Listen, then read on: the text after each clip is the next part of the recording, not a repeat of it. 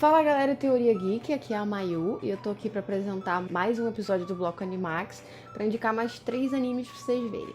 Eu tava fazendo indicação por gênero de anime, tipo ação, mistério, essas paradas, mas eu resolvi fazer uma parada diferente e agora eu vou tentar ver se vocês gostam a indicação por estúdio. Hoje eu vou começar com o estúdio Trigger, mas pra falar da Trigger a gente tem que voltar um pouquinho e falar da Gainax, que é tipo o pai da Trigger. E é o estúdio que fez Evangelion e Furikuri, ó, só você conhece esse. E o primeiro anime que a gente vai falar é Tengen Toppa Gurren Lagann. Vocês provavelmente já ouviram falar nele porque... quem não? É um anime de 27 episódios, foi lançado em 2007 e, olha só, tá na Netflix, inteirinho lá. Você nem precisa fazer esforço, só dá play e vai ver o anime todo. A direção é do Imaishi Hiroyuki. Você grava esse nome porque eu já falei em anime dirigido por ele e assim, o cara é brabo. No anime, a gente acompanha o Simon, que é o nosso protagonista. Ele começa assim, criancinha, e ele vive num mundo onde os humanos são obrigados a viver embaixo da terra por um exército de homens-fera que fica na superfície assim e não deixa eles subirem. E tudo que eles conhecem é a vida embaixo da terra. Simon é basicamente um Shinji, só que ele deu certo. Ele começa chato e medroso, só que aí tem um desenvolvimento maneiro e ele fica brabo. Diferente do Shinji, que tem aquela cena famigerada do The End of Evangelion, que a gente não vai nem comentar aqui, mas que todo mundo sabe que cena é, né? Com o Simon não tem isso. O moleque é tipo... é um molequinho, ele tem toda a etapa do desenvolvimento dele e aí ele vai e salva o universo. Só isso. Só isso.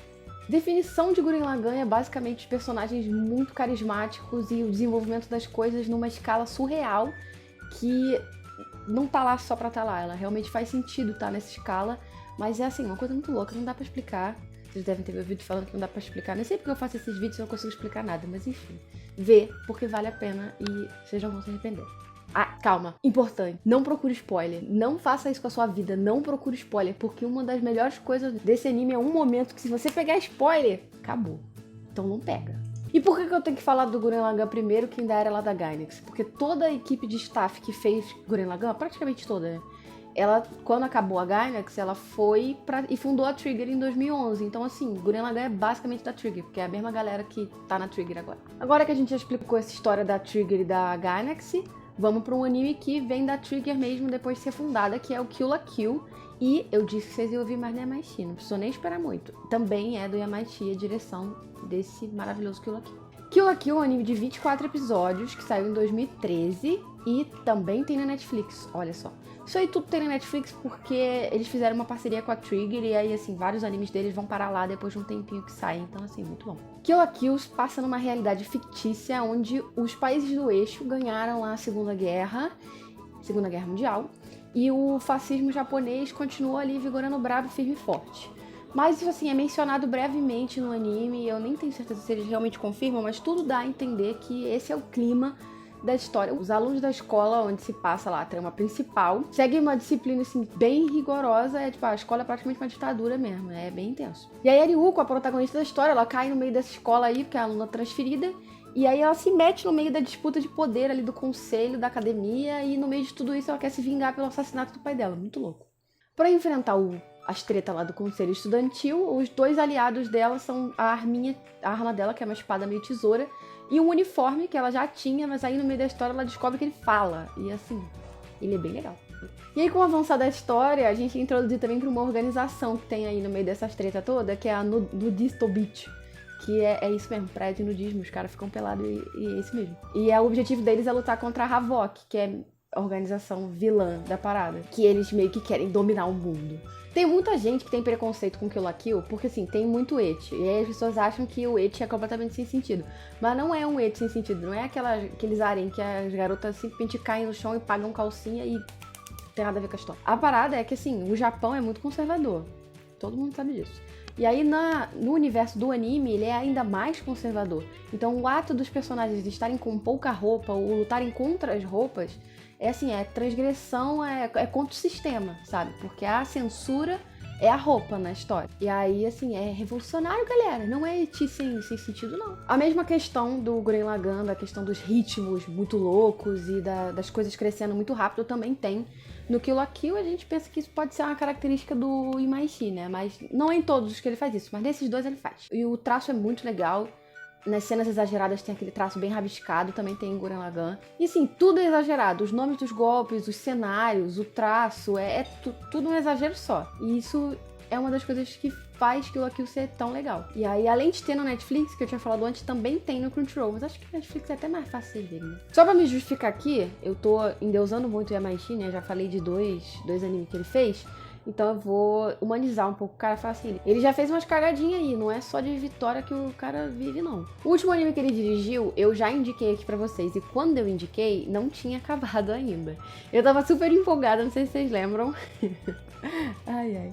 Eu tava super empolgada indicando o Darling the Franxx, só que aí chegou o final do anime, e assim, teve um problema seríssimo no final do anime. O problema foi que, segundo o diretor, ele até chegou a falar isso em entrevista, ele focou tanto no desenvolvimento dos personagens e ficar montando casalzinho, e trabalhar cada coisinha da história, te deixar nervoso pra saber o que tá acontecendo. Eu falei isso, né, na indicação que eu dei. Ele esqueceu de trabalhar a história do final, tipo, de encaixar tudo pra finalizar. Ele simplesmente esqueceu. E aí, o prazo tava apertando, eles tinham que lançar, porque as coisas têm data, né, pra sair.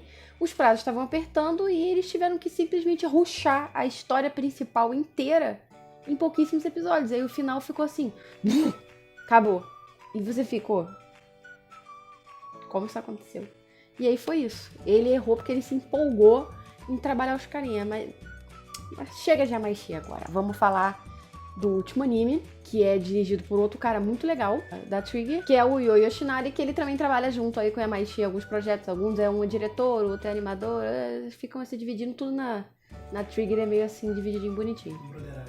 Na broderagem. E o próximo anime é BNA, que é uma sigla pra Brand New Animal, e é um ONA, que é assim, é tipo OVA, só que na real o ONA é um anime que não sai na TV do Japão, ele sai na internet, ele é streamado, e aí ele foi streamado em 2 partes, saiu 6 episódios, depois saiu 6 episódios, o anime saiu rapidinho, e aí ele nem foi no mesmo esquema que normalmente é anime de temporada. O anime desse ano saiu na temporada passada, não tem muito tempo, foi agorinha.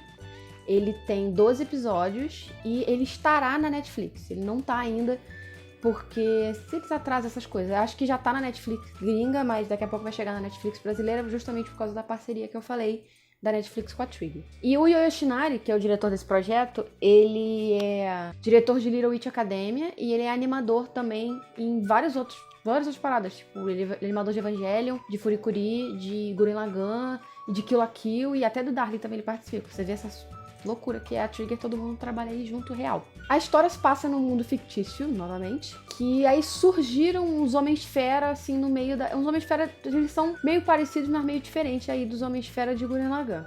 Mas também são meio gente, meio bicho. Eles surgiram aí no meio da humanidade, e aí, pra variar, os humanos não curtiram a ideia, porque eles não gostam de nada diferente mesmo, são os babacas. E aí eles começaram a marginalizar e perseguir os Homens-Fera, que meio que foram forçados a se isolar numa cidade que foi fundada no final aí da Segunda Guerra Mundial. Eles gostam de fazer coisa depois da Segunda Guerra Mundial. E aí o nome da cidade é Anima City. E ela é pra ser um local seguro pros Homens-Fera viverem juntos.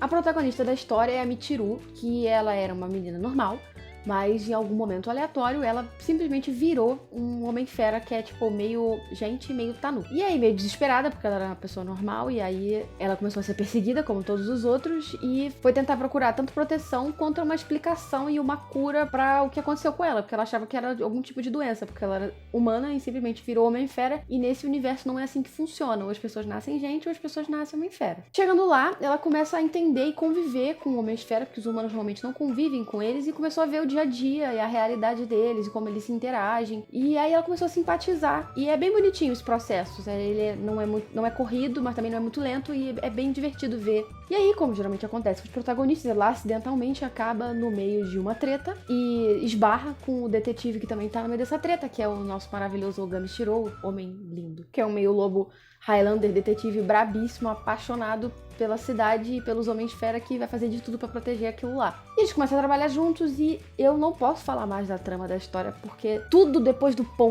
desse ponto vira spoiler.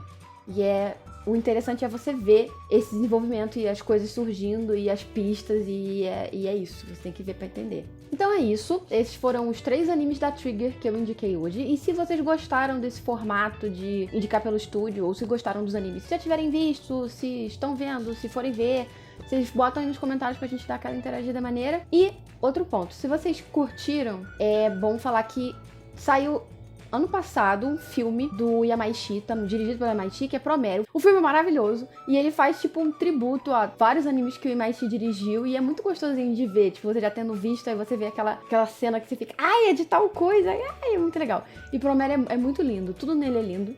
E se vocês gostaram desses animes, vão ver Promare depois, é tranquilo, é rapidinho. E é isso, sigam a gente nas outras redes sociais, ative as notificações pra saber quando tem mais vídeo e até a próxima! E só se vocês estiverem se perguntando por que eu tô de fone e num lugar diferente, é porque eu tô passando a quarentena aqui em outro local e tem muito barulho de carro e tal lá fora. Eu tive que botar o fone pra isolar, pra vocês não ficarem ouvindo buzina. E também não sei o que essa gente tá andando na rua. Se você estiver andando na rua que nem uma pessoa normal, que nem uma pessoa normal, você deve ser. Mas se você estiver andando na rua que nem essa gente louca, você vai morrer. Fica em casa, cara. Eu tô falando sério. Enfim, é isso.